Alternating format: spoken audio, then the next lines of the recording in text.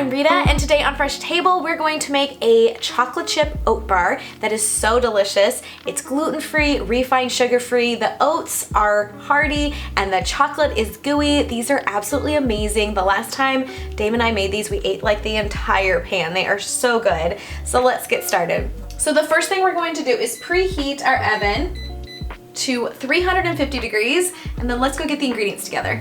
So whenever Dave and I are craving like a chocolate chip oatmeal cookie or a granola bar, this is honestly the best of both worlds. So the first thing we're going to add is 1 cup of gluten-free oats. The next thing we're gonna add is 1 cup of almond flour. I actually just took a cup of raw almonds, put them through the Vitamix, and that's how I got this almond flour. The next thing we're going to add is 1 teaspoon of baking soda and a half a teaspoon of salt.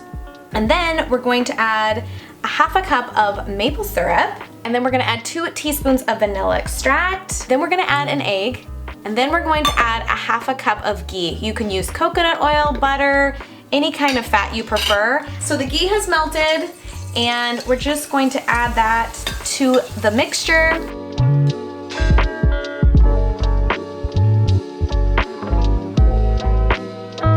So the last thing we're gonna add is a cup of chocolate chips.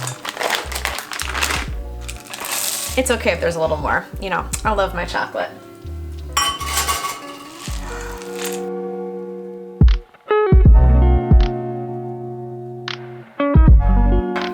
So now I'm gonna grab our baking dish. This is a 8 by 10. You could use a 9 by 9 if you have that, or an 8 by 8. If you use an 8 by 8, it's just gonna take a little longer to bake. So I have an 8 by 10 here, and then I'm going to take some of the ghee that we have, and I'm gonna grease the bottom of our baking dish. Pour the mixture right in the baking dish.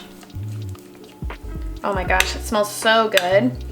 Can't go wrong with like maple syrup and chocolate chips and butter.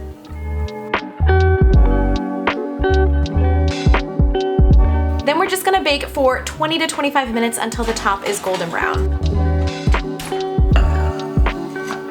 I would recommend letting it cool, but if you're like me and you're a little impatient, don't worry about it.